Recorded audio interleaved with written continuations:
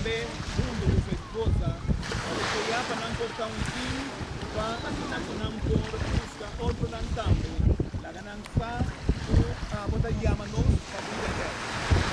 Llegamos Dios a oportunidad, el poder de Dios Espíritu Santo, o ángel santo poderoso, tú lo sigues acompañando, para no importar un fin fuerte, para glorificar tu santo nombre. El poder de una nave estaba diciendo en el nombre de Tata, en el nombre de Dios, en el nombre del Espíritu Santo. Amén. Amén. Aleluya. Mi Salvador.